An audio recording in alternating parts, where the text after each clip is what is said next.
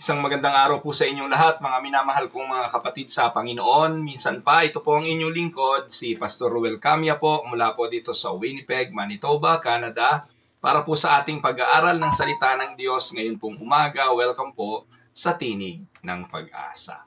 Araw po ng Wednesday at magpapatuloy po tayo sa ating pag-aaral po sa Aklat ng Mga Gawa na again, nasa chapter 5 pa po tayo.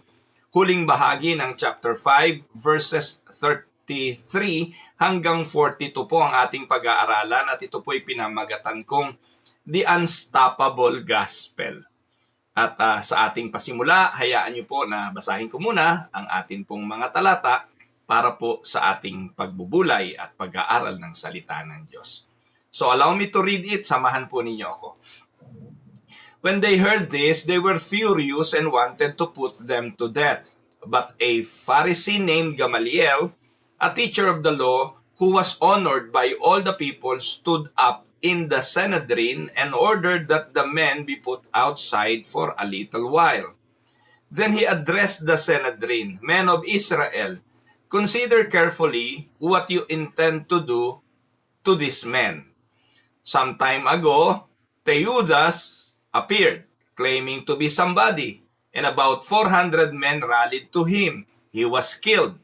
All his followers were dispersed, and it all came to nothing. After him, Judas the Galilean appeared in the days of the census and led a band of people in revolt. He too was killed, and all his followers were scattered. Therefore, in the present case, I advise you, leave these men alone. Let them go. For if their purpose or activity is of human origin, it will fail. But if it is from God, you will not be able to stop these men. You will only find yourselves fighting against God." His speech persuaded them. They called the apostles in and had them flogged. Then they ordered them not to speak in the name of Jesus and let them go. The apostles left the Sanhedrin rejoicing because they had been counted worthy of suffering disgrace for the name. Day after day in the temple courts and from house to house, they never stopped teaching and proclaiming the good news that Jesus is the Messiah. Pagpalain ng ating Panginoong Diyos ang pagkabasa at pagkadinig ng kanyang mga banal na salita na sa oras na ito'y ating pagbubulay-bulayan. Mga minamahal na mga kapatid, one of the greatest pieces of evidence of God's power in the world is the endurance, the gospel message. Imagine niyo po, for over 2,000 years, rulers, presidents, governments, kings, and even false religions have tried to stop and silence the Word of God and the Gospel. Yet the Word of God continues to spread.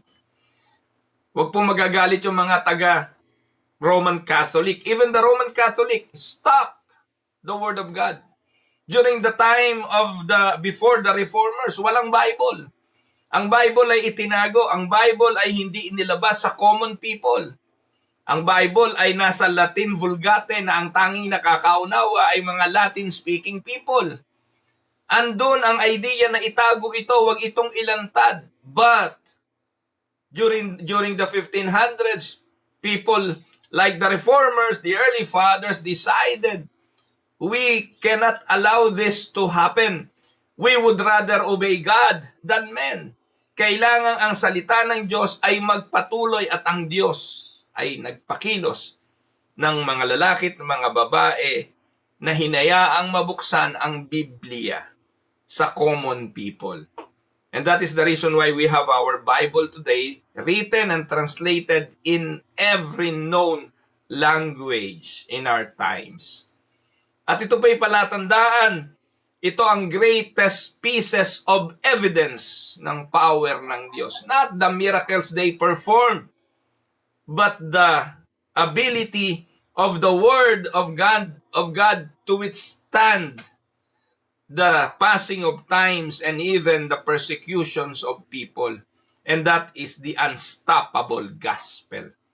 Kaya nga sabi ng Panginoong Jesucristo ang ibanghelyong ito ang ipangangaral ng iglesia kung saan siya ang nagtayo, and even the gates of hell will not prevail against it. Bilang pasimula ng ating pag-aaral sa Acts chapter 5, 33 to 42, atin munang tingnan ang immediate context o ang konteksto ng mga talata. So anong konteksto nito? Puntahan natin sandali ang settings ng Acts chapter 5. Nang sinimulan natin ito kamakailan lang. The early church was rapidly growing after the Pentecost. Alam natin yan. Ang mga apostol simula nang tanggapin ang kapuspusan ng Espiritu at ang pangakong kapangyarihan galing sa Espiritu Santo, hindi na sila tumigil ng pangangaral ng salita ng Diyos. They perform miracles and they are calling people to repentance. And this stirred jealousy among the religious leaders. Alam naman natin, laging merong naghaharing uri. May mga relihiyong existing during that time, and that is the Jewish religion. At noong nagsimula na ang mga alagad na ipangaral ang Panginoong Jesucristo na insulto ang mga leader ng relihiyon, at ang sabi nila, "In whose name and in what power you are doing these things?" At ang sabi ni Pedro, kay Jesucristo na inyong ipinahuli, ipinapatay, ipinako sa krus, subalit na buhay na mag-uli, sa kanyang pangalan kami nangangaral. Lalo po itong nagpagalit na po. The high priest and the Sadducees arrested the apostles, put them in prison, but God miraculously freed them through an angel. Pagkatapos po, the apostles went straight back to the temple to preach. Kahapon, pinag-aralan natin, paano nakatakas yang mga yan? Ano bang ginawa ninyo at nakatakas yang mga yan? May bantay, tiniyak na sarado ang pintuan, and yet, sila ay nagbalik sa pangangaral kung saan sila hinuli, doon din sila bumalik para mangaral. Kaya in Acts chapter 5, 33 to 42, we see how the early church faced opposition. Yet, through God's providence, the gospel remained unstoppable. Simulan natin ang pag-aaral. Let us go to verse 33 to 34 ng Acts chapter 5. At makikita natin dito yung opposition of the world. Ang paglaban ng mundo sa ebanghelyo ng ating Panginoon. Ano sabi ng verses 33 to 34? When they heard this, they were furious and wanted to put them to death. So, but a Pharisee named Gamaliel, a teacher of the law who was honored by all people, stood up in the Sanhedrin and ordered that the men be put outside for a little while. Now, this is what happened. When they heard this, tanong, ano ba yung kanilang narinig? No? After the apostles boldly preached Christ and performed miracles, the Jewish council was enraged and wanted to kill them. They said, "You should stop preaching the word." Pero makikita natin sa verse 32, doon po natin nabasa, ang sabi po ni Peter doon, "We would rather obey God than men." Parang sinabi nila na hindi namin kayo pwedeng sundin. Ang susundin namin ay ang Diyos na nag-utos sa amin kung ano ang aming gagawin. At siya ang dapat masunod. Kaya pagpasok ng verse 33, no?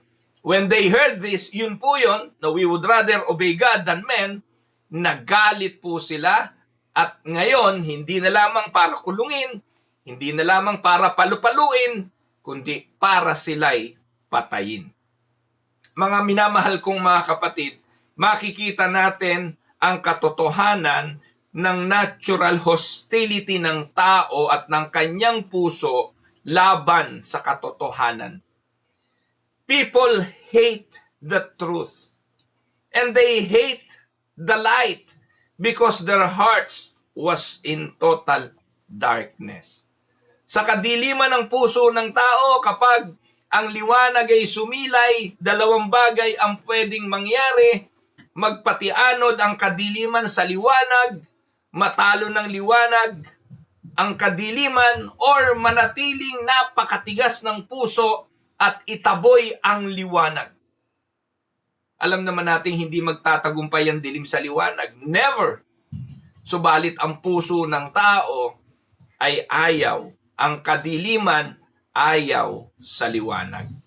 So the light of the gospel exposes their sin. Di po ba? Bakit po ang tao galit sa katotohanan? Alam naman natin sa John 8:32, ano sabi ng Panginoon? You shall know the truth and the truth will set you free. Ang layunin ng katotohanan ay magpalaya sa kasinungalingan, magpalaya sa pagkaalipin sa isang bagay na hindi totoo. Ayaw ng tao nun mas gusto pa nga ng tao na mamuhay sa kasinungalingan sa halip na mapunta sa katotohanan dahil sa pride. Hindi maamin na sila'y nagkamali, hindi maamin na sila'y nagkakasala. So, but the light of the gospel exposes sin, and sinners often respond not with receptive attitude, but with anger rather than repentance. At yun po yung nakita natin dito. Even in the face of this deadly threat, God raises an unlikely defender. Merong isang lalaki ritong biglang lumitaw, isang Pariseo, a Pharisee named Gamaliel. At ang sabi, siya'y teacher of the law. Take note mga kapatid, si Gamaliel ay hindi Christian, si Gamaliel ay Pariseo, leader ng Judaistic religion. Pero tingnan po ninyo ang kapangyarihan ng Diyos. Pwedeng gumamit ang Diyos kahit na ng kanyang kaaway, kahit na ng hindi kapanalig, upang ang ebanghelyo ay magpatuloy. Si Gamaliel ay lalaking puno ng wisdom, matalino. Pero, take note, kabilang si Gamaliel sa kaaway ng mga Kristiyano. Siya ay nagpatawag kasama ng mga leader ng Pharisees para imbestigahan ang mga mananampalataya, ang mga apostol, kung nagpapatuloy pa rin sila sa iniutos na pagbabawal na mangaral tungkol kay Kristo. So, I just want to reiterate that. So, bilang application, tingnan po muna natin, opposition of the gospel should not surprise us. Kasi, panahon pa ng Panginoon, sinabi naman niya yan Ano pa sabi ng Panginoon? If the world hates you, know that it has hated me before it hated you. John 15:18. Kung namumuhi man ang mundo sa inyo, galit ang mundo sa inyo, may persecution ang mundo sa inyo, huwag nyo na ikagulat yan. Sa akin na una, na nagalit ang mundo, therefore magagalit din sila sa inyo. But God is sovereign even over the anger of His enemies. Now, sa pagkakataong ito, puntahan natin saglit si Gamaliel. At tingnan natin yung wisdom of providence. Basahin natin po yung Acts 5:35 hanggang 39. Binanggit po yung lalaking si Gamaliel, leader po siya ng mga Pariseo, isa siyang Pariseo, at tagapagturo. Ano po ang sabi niya? He addressed the Sanhedrin. So dahil may boses siya, siguro equal in power sa ibang mga Pariseo, dahil marami naman silang priest, tumayo siya at nagsalita. Ang sabi niya, Men of Israel, consider carefully what you intend to do to this man. Some time ago, Teudas appeared, claiming to be somebody, and about 400 men rallied to him. He was killed. All his followers were dispersed, and it all came to nothing. After him, Judas the Galilean appeared in the days of the census and led a band of people in revolt. He too was killed, and all his followers were scattered. Therefore, in the present case, I advise you, leave these men alone. Let them go, For if their purpose or activity is of human origin, it will fail. But if it is from God, you will not be able to stop these men. You will only find yourselves fighting against God. Listen to this. Meron pong historical background ang pahayag na ito ni Gamaliel. At dito po, sinasabi niya na bago lumitaw iyang si Jesus, meron ng mga naglitawan, mga tao na naging leader din. Binanggit niya si Teudas. Meron siyang 400 men na sumunod din sa kanya, mga alagad niya. O anong ginawa? Di ba pinatay si Teudas? Katulad ni Jesus, pinatay yan. Nung napatay yan, nangalat ang kanyang mga tagasunod. And all came to nothing. Ang sabi dyan. No? All his followers were dispersed. And it all came to nothing. Nasaan na ngayon yung mga alagad ni Teudas? Wala na. Nangalat na sila. Pagkatapos ni Teudas, lumitaw naman si Judas. Isang Galilean na nung mga araw na yon sa panahon ng census ay nagrally din. Kasama ang kanyang ilang mga tauhan nagrebelde. Napatay din niyang si Judas. Ano nangyari? Yang kanyang mga followers nangalat din. Therefore, verse 38, ito ang sabi ni Gamaliel, matalino, mahusay ang pagkakapahayag. Therefore, sa kasalukuyan, si Jesus man ganyan din. Maraming naging tagasunod. May mga nagrally for him. Patay na si Jesus. Kaya hayaan na lang natin tong mga taong to. Ganyan din ang mangyayari dyan.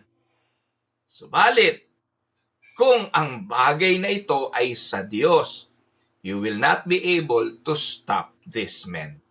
You will only find yourselves fighting against God. Now, let us look at the wisdom of providence. Si Gamaliel offers sound reasoning. If this movement is of man, it will fail. If it is of God, it cannot be overthrown. That is the wisdom that Gamaliel said. Mga kapatid, naniniwala po ako, bagamat ang sabi, si Gamaliel ay tagapagturo, teacher of the law, naniniwala po ako ng wisdom na ito galing sa Diyos. This is more than human wisdom.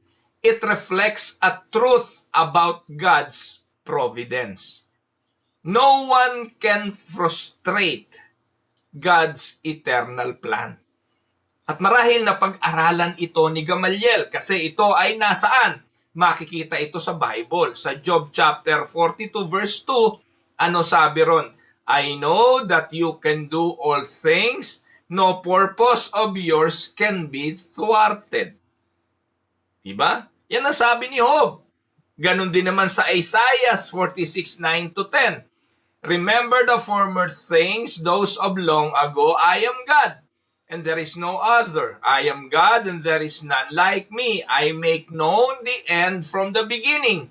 From ancient times, what is still to come. I say, my purpose will stand, and I will do all that I please. Alam to ni Gamaliel. Ipinahayag ito ng Diyos sa kanya. And church history proves this point. Many movements have risen and many movements have fallen, but the Church of Christ continues because it is built on the foundation of the Lord Himself. I will build my church, He said, and even the gates of hell will not prevail against it. Alam ni Gamaliel, kung ito'y sa Diyos, hindi ito kayang kibain. Amen? Kaya bagamat kaaway ito, bagamat ito ay persecutor ng mga believers, bagamat si Gamaliel ay hindi Kristiyanong kakampi ng mga apostol, ginamit siya ng Diyos para sa kaligtasan at para palayain ang kanyang bayan. Kaya nga mga kapatid, to illustrate this, the Rome or the Roman Empire tried everything they can to crush Christianity by persecution, yet the blood of the martyrs became the seed of the church. You know Christian history. Nanonood po tayo ng mga pelikula ng mga barbarians, na po, yung mga pelikula kung saan mga tao ipinapakain sa leon. Hindi lang po ipinapakita ng mga pelikulang ito na ang ipinapakain sa leon ay mga Christians. Na ang inilalaban sa mga gladiator ay mga mananampalataya. Hinuhuli para gamiting instrumento ng entertainment ng mga Roman elite. The Roman tried to crush the believers. But persecution and martyrdom became the seed of the church. Today, in nations where the church is persecuted, the gospel often grows stronger. Minsan nga ho mga kapatid, aminin man natin na hindi, mas matibay ang ibanghelyo sa mga lugar na bawal ito. Sa China, in order to have a Bible, kailangan nilang memoryahin. Kaya may makikita po tayong mga YouTube videos ng first time nakahawak ng Bible ang mga Kristiyano sa China. Ganun na lang nagiiyakan sila. Dahil ganun kasidhi yung kanilang pagnanasang makahipo ng salita ng Diyos, written and published sa Biblia as bilang isang libro. Sapagkat sila'y persecuted, bawal ang ebanghelyo. Kaya bilang application, when we see opposition today, loss, cultural pressure, or mockery, wala po tayong gawin kundi manangan at magtiwala sa kapangyarihan ng Diyos. Kung ginawa niya ito sa panahon ng mga apostol, patuloy niya tong gagawin sa panahon natin. What happened here at ang paglitaw ng isang Gamaliel ay hindi aksidente at hindi lang karunungan ng isang Gamaliel, kung hindi ito'y probisyon ng Diyos para sa kaligtasan ng kanyang mga alagad. At dahil dito, makikita natin, third points, His gospel will always triumph. And let us look at the endurance of the saints. Verse 40 to 42. Anong sabi ni Gamaliel? His speech persuaded them. They called the apostles in and had them flogged. And then they ordered them not to speak in the name of Jesus and let them go. The apostles left the Sanhedrin rejoicing because they had been counted worthy of suffering disgrace for the name. Day after day in the temple courts and from house to house, they never stopped teaching and proclaiming the good news that Jesus is the Messiah. Mga kapatid, let us look at what happened here. Sila po ay ipinatawag, kinausap muli na wag nang ipangaral ang pangalan ng Panginoon. Alam naman ng Sanhedrin kung anong sagot ng mga alagad yan. Kung anong sinagot nila dati, na we would rather obey God than men, yun pa rin ang sagot nila dyan. So pinagpapalo sila, pinigilang magsalita, pero anong sabi? Nang pinalaya sila, pagkatapos pagpapaluin, sila ay maligayang lumabas. Mga kapatid, that is the endurance of the saints. Those spared from death, the apostles were beaten and warned not to preach in Jesus' name. Instead of despairing, verse 41 says, they rejoice. Rejoice because dahil pinalaya sila? No. Rejoice dahil sila'y pinakawalan? Hindi. They rejoice dahil sila'y naging kabahagi sa pagdurusa ng ating Panginoon. Palatandaan lamang na sila'y nakikibahagi sa dinanas ng Panginoon. Ibig sabihin, they are on the right side. And what they are doing is really the right thing. Amen? This joy comes from knowing that suffering for Christ is a mark of true discipleship. And what did they do? Pagkatapos po na sila'y pagpapaluin at palayain, ang ginawa nila, they kept preaching daily in the temple and from house to house. The threats did not silence them. The gospel spread even more. Amen? So bilang application, the true faith perseveres.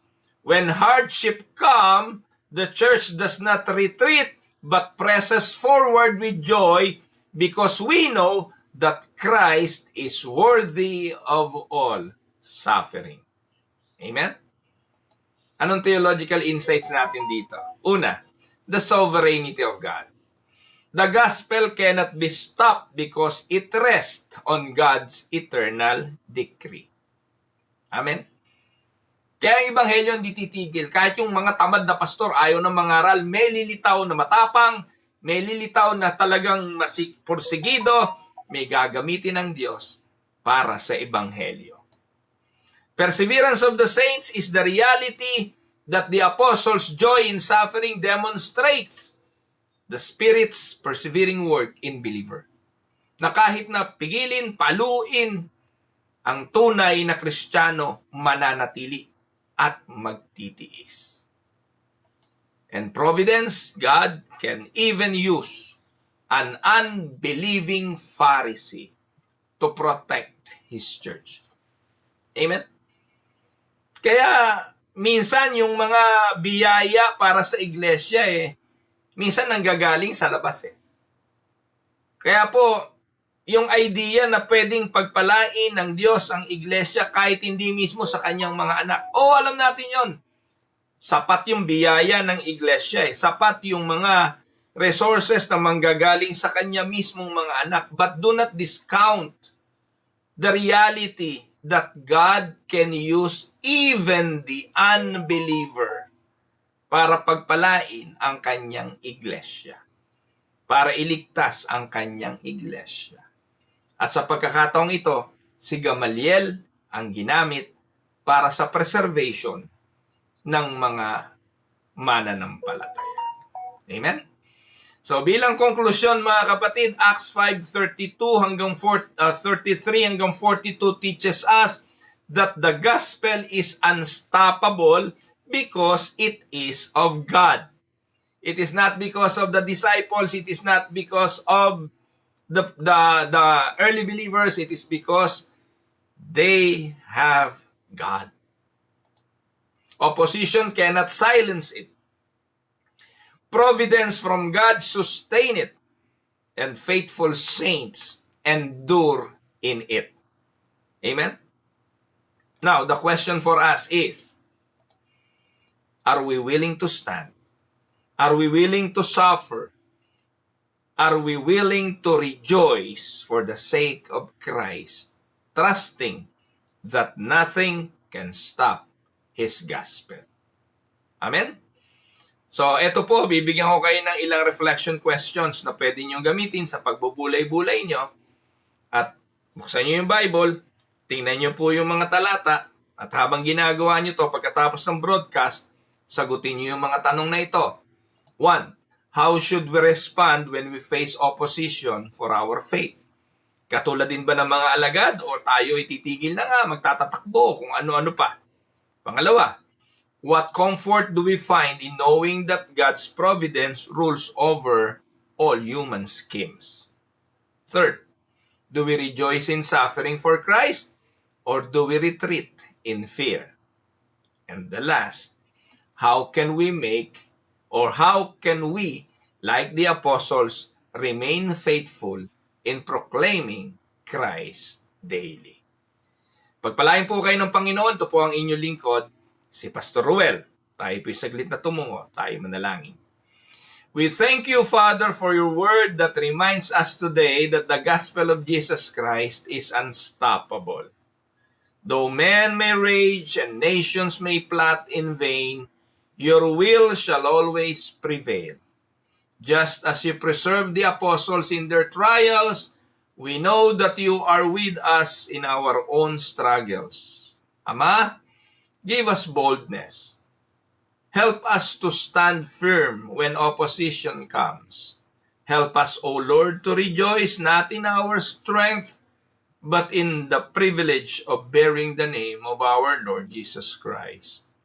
Father, teach us to trust in your providence, knowing that no power on earth or in hell can overthrow your plans. You always prevail. Lord, may you strengthen your church that we may continue to proclaim Christ daily in our homes, in our workplace, in our communities with joy and perseverance. May our lives be living testimonies that Jesus is the risen Lord and Savior. We pray for those who are suffering, those who are sick, those who are in the midst of persecution for the faith that they are declaring. Encourage them, O Lord, sustain them, and let their witness shine as light to those who are still in darkness. I am praying for the listeners of Tinig ng Pag-asa right now. You know them, you know their needs, you know the provisions that need in their lives. Father, grant them. And now, as we go from this place, and as we start our day today, may the grace of our Lord Jesus Christ, the love of the Father, and the fellowship of the Holy Spirit be with us all, now and forever. And this is our prayer in Jesus' mighty name. Amen. Pagpalain po kayo ng Panginoon at ang biyaya niya ang sumagana sa inyong mga buhay. God bless everyone.